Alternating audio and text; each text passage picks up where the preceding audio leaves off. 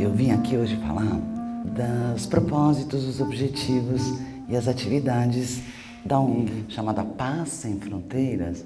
São, primeiramente, vivenciar a paz. Em segundo lugar, educar pela paz. Em terceiro lugar, divulgar a paz.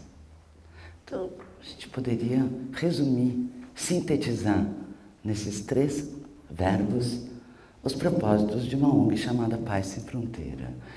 E depois a gente explicitando, sem fronteiras, que fronteiras? Nenhuma. Sem fronteiras geográficas, sem fronteiras culturais, sem fronteiras linguísticas, sem fronteiras sociais, sem fronteiras de qualquer natureza. Nós estamos realizando há muitos anos, na verdade, agora formalizados na ONG Paz Sem Fronteiras, essas atividades e esses propósitos que vêm sendo desenvolvidos pelo nosso grupo há dezenas de anos. Esse propósito maior de divulgar a paz, difundir a paz e educar pela paz já estava imbuído desde o início nas nossas ações de uma forma praticamente intuitiva, espontânea, sem que ninguém falasse exatamente, verbalizasse ou organizasse o pensamento dessa forma como estamos fazendo hoje, porque estava em nós, é a nossa alma. Percebemos que queríamos e que estávamos trabalhando num esteio onde todas as nossas ações seriam no desenvolvimento de soluções pacíficas contra qualquer tipo de violência, de guerras, de atritos. Mas percebemos isso pela forma como nos conduzíamos. Percebemos também que a gente estava completamente comprometido com a ideia de uma ecologia profunda, de um sistema de vida humana autossustentável. Então esse estado e essa ação completamente interligados de princípios pacifistas que foram sendo cada vez mais percebidos por nós, que eram natos, estavam em nós, ao mesmo tempo nos transformaram também. E a biologia ensina que a nossa espécie, ela evolui porque ela aprende. Nós progredimos porque aprendemos, porque somos um animal, uma espécie que aprende. E, aliás, é uma das grandes características que nos diferencia e fez com que nos espalhássemos pelo mundo enquanto espécie. A segunda grande característica dessa espécie é a linguagem. Então, essa linguagem que foi determinante, a linguagem, eu digo, neuromotora, que foi determinante para manutenção e desenvolvimento da nossa espécie no planeta. Por quê? Porque se eu consigo conversar com você, eu consigo estabelecer acordos, eu consigo trabalhar com você. Então nós podemos fazer coisas juntos. Juntos significa cooperar. Nós podemos cooperar um com o outro, que vai muito além da ideia de direitos e deveres. A ideia da mútua cooperação é uma ideia da cultura da paz. A ideia dos direitos e deveres é uma ideia da cultura da lei dos homens, do certo e do errado, e, portanto, da paz e da guerra, da dualidade do mundo. A mútua cooperação não. Isso é tão verdadeiro porque é cientificamente provado. Como? Porque a mútua cooperação, ela é do gen deste ser. Quando a gente estava na caverna, ao começar a desenvolver a linguagem e perceber então que a gente podia conversar, estabelecer acordos, trabalhar, houve uma opção na história evolutiva do processo de humanização. E essa opção foi mútua cooperação. Porque podia ter sido outra. Como é que os cientistas sabem disso? Ora, eles sabem por quê. Nós nos expandimos, crescemos, multiplicamos e tomamos conta do mundo. A outra opção que havia no Australopithecus era não, eu estou aqui, esse é o meu território, aquele é o seu, você fica lá, eu fico aqui, essa é a tua tribo, essa é a minha. E haveria outro desenvolvimento da espécie humana de muito mais tribal, e talvez a gente ainda estivesse nas florestas, no meio das tribos, enfim. Mas o que permitiu foi então foi uma opção de caráter evolutivo, desmistificando completamente essa ideia que a imprensa, inclusive, é muito responsável, totalmente errônea e no mínimo errônea, se não de má fé, da ideia da competição. Então, que a natureza é competitiva, você vai lá, vê o National Geographic, aquele monte de leão, aquele monte de sangue espalhado. Não, a leoa, quando ela dá 2 filhos dela para o alce, ela está colaborando com a vida no planeta. E é por isso que ela dá 2 e fica com 6. Então é assim que é a natureza, ela é cooperativa, porque ela sabe que para se manter há que haver cooperação. Então a cooperação a gente pode não só provar cientificamente dentro de nós, da nossa espécie, e por isso estamos aqui, como olhando, como os orientais fazem tanto, olhando e aprendendo para o universo, para a natureza. Então eu estou dizendo isso porque a mutua cooperação é um ato de princípio, o princípio dele é pacífico. É um princípio, é um alicerce da paz, do mundo da paz. Compreender o que é isso é compreender a cultura da paz. E então, voltando aos nossos propósitos, este também é um dos nossos guias, né? Essa ideia, e que passou a ser uma ideia porque era uma prática. Por exemplo, os seminários. Os seminários vêm porque a gente gostava de contar história. Então, começamos contando histórias. A gente gostava tanto de contar história que a gente resolveu viajar para ficar em grupo contando essas histórias. E aí começamos a viajar. E fomos para a Amazônia, e fomos para Foz, e fomos para o Pantanal, e fomos ao Tibete, e fomos ao Egito, estudando, contando, cantando. Nosso grupo sempre cantou, sempre gostou de cantar. E então nós tínhamos um coral. Então, nós nos unimos pelo canto e pelo conto. Como que eu consigo, então, que haja mútua cooperação? Porque é muito linda, que legal, vamos lá, mútua cooperação, mas como?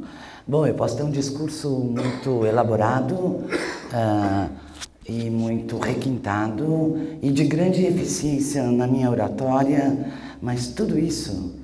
E posso também ter uma grande mobilização para realizar essas práticas e um poder de agregação. Posso ter todas as coisas que não vão bastar.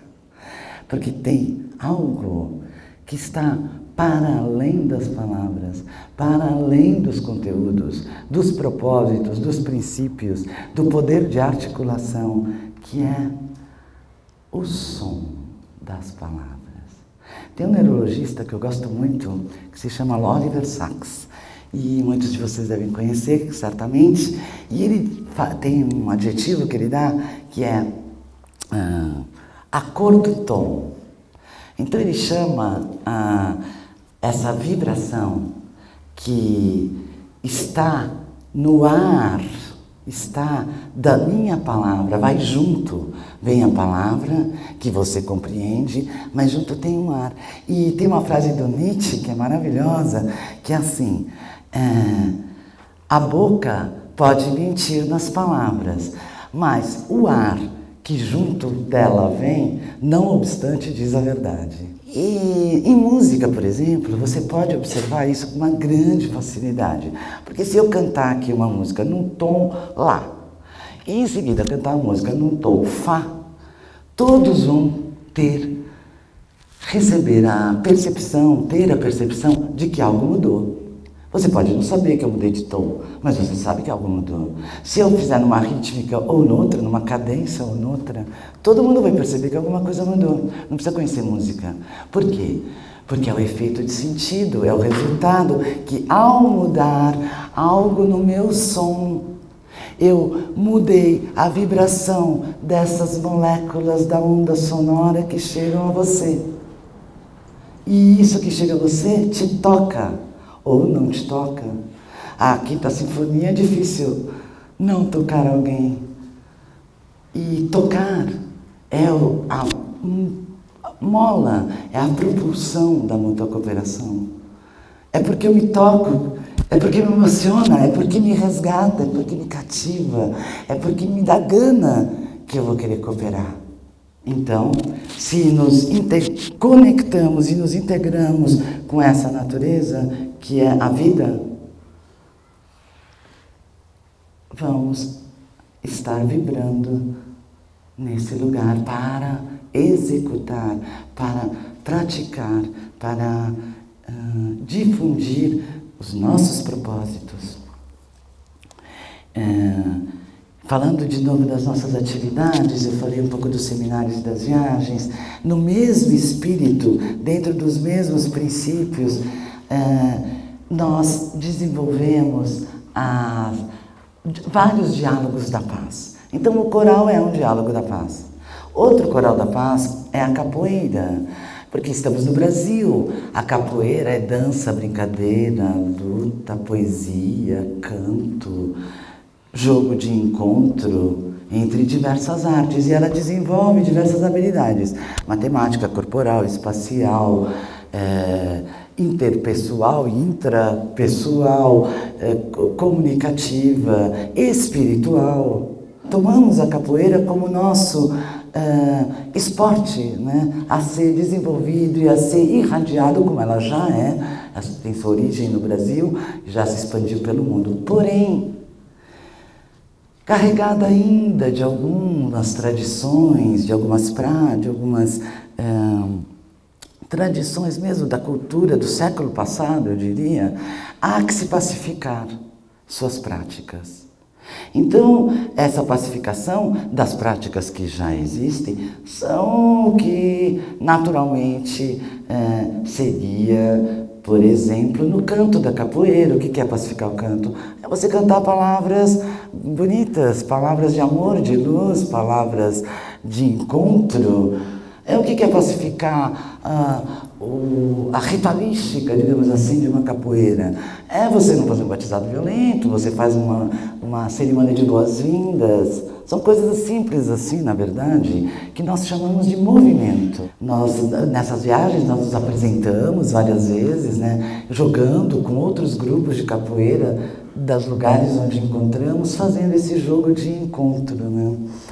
Há outro diálogo da paz, que é a passeata. A passeata sempre foi vista como um diálogo da guerra, do protesto, da indignação, não é? Então vamos fazer uma passeata. Eu mesma fiz muitas passeatas na minha época estudantil, adorava esse momento, assim, achava incrível. E nós fazemos a passeata da paz. É como na capoeira. Então são exercícios que já existem no mundo e que nós queremos pacificar. É o nosso desejo. Então, a passeata, criamos a palhaciata, que é uma manifestação de palhaços, onde todos os indivíduos, evidentemente, podem ser palhaços, se assim o quiserem, para irradiar a energia da alegria. Então, nada mais natural que esteja em nosso estatuto isso escrito, porque essa, como disse, é o modus operandi das nossas práticas. Sempre a partir do que nós experimentamos para a formalização, a divulgação e a propagação, para que a verdade esteja sendo praticada quando propomos. Por que a verdade tem que ser praticada quando propomos? Porque esse grande neurofisiologista que eu citei, Oliver Sacks, ele colocou para uma palestra de afásicos, uma plateia de afásicos e agnósticos, um vídeo do presidente Nixon, o discurso famoso do Nixon, que todos, imagino, tenham visto alguma vez, e foi maravilhoso porque os afásicos se puseram a dar muita risada. E todos riam porque eles estavam vendo toda a mentira, tudo que estava... Eles não compreendiam o que estava sendo dito, mas as expressões, o sentimento, o olhar, né, todos sabiam que aquilo era uma farsa, então eles riam pela farsa.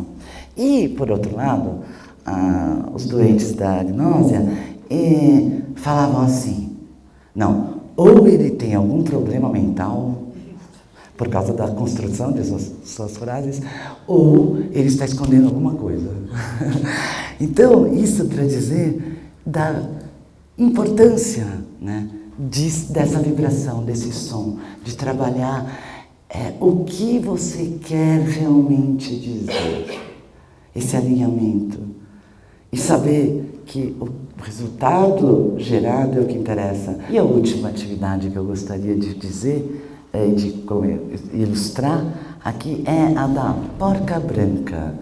A porca branca, eu penso que poderia ser apresentada como uma caridade ou uma ação de donativos, né? E já estaria ótimo, né? Afinal de contas, as caridades são maravilhosas, né?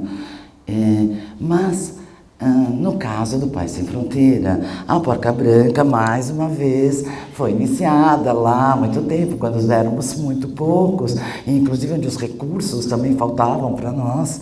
E uma pessoa que pediu ajuda, a Ana Vitória, e a Ana Vitória reuniu o grupo para conseguir aquele valor que fosse oportuno e concluísse então a ajuda para uma doença que ela tinha que se tratar. Bom, essa pessoa no fim nem precisou do dinheiro, mas uma vez recolhido, o que fazer? E a Ana Vitória teve essa brilhante ideia, então vamos doar esse dinheiro a alguma ONG filantrópica e vamos, ao doar, aí é que está a diferença, desejar que nós todos sejamos prósperos. E o que é isso? Isso é a roda da fortuna. E o que é a roda da fortuna? A roda da fortuna, compreender a roda da fortuna é compreender o mundo em paz. Então, muito mais do que uma doação, a porca branca da prosperidade, ela é uma ação de mútua cooperação. Claro, porque eu sei que ao doar eu giro a roda. Então eu dou o meu tempo, eu dou o meu amor, eu dou o meu dinheiro, eu dou tudo aquilo que eu quero ter. Por isso é mútua cooperação. Não é apenas caridade, com toda a admiração a quem a faz, mas é mais do que isso, porque você entende o mundo em paz. Ao dar eu recebo, então eu dou tudo que eu tenho para dar, absolutamente tudo, ao mundo, às pessoas que me rodeiam, porque eu vou receber tudo. Essa roda, eu conheço uma música de capoeira que fala assim: entre nesta roda para gingar, para igualar.